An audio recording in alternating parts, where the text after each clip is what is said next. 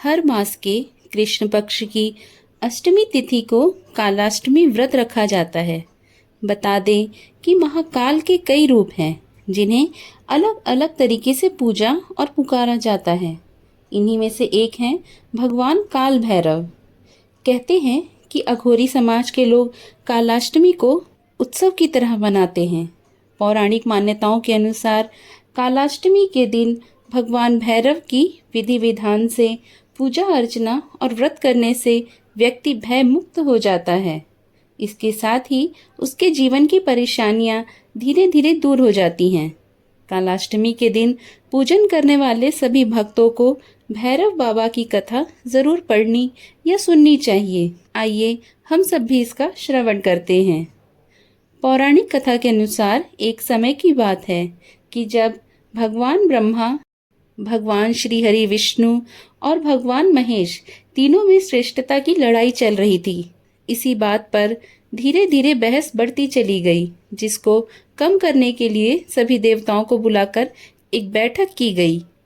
सभी देवताओं की मौजूदगी में हो रही इस बैठक में सबसे यही पूछा गया कि श्रेष्ठ कौन है। सभी ने अपने अपने विचार व्यक्त किए और उत्तर खोजा, लेकिन उस बात का समर्थन भगवान शिव शंकर और भगवान श्री हरि विष्णु ने तो किया, परंतु भगवान ब्रह्मा ने भोलेनाथ को अपशब्द कह दिया। इस बात पर महादेव को क्रोध आ गया।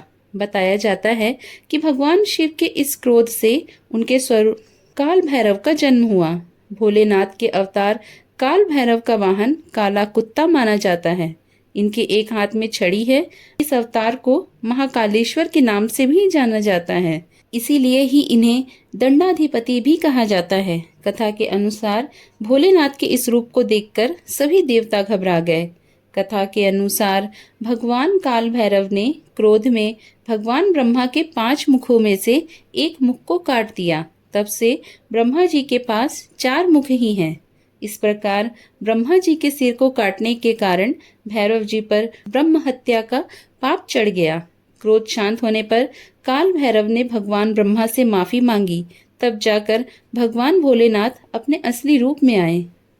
इसके पश्चात भगवान काल भैरव को उनके पापों के कारण दंड भी मिला। कहा जाता है कि इस प्रकार कई वर्षों बाद वाराणसी में उनका दंड समाप्त होता है। इसका एक नाम दंडपाणी भी था।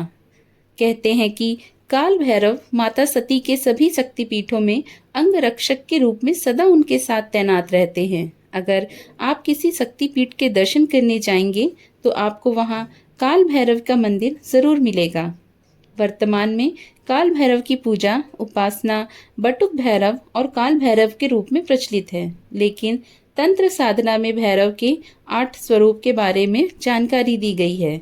इनके नाम भीषण भैरव, चंद्र भैरव, क्रोध भैरव, रुद्र भैरव, असितांग भैरव, संहार भैरव, कपाली भैरव और उन्मत्त भैरव है। कालाष्टमी के दिन भगवान काल भैरव को खिचड़ी, चावल, गुड़ आदि का भोग लगाया जाता है। कहते हैं कि कालाष्टमी का व्रत करने से व्रती के सभी दुख, रोग और शत्रु पीड़ा दूर हो जाते हैं।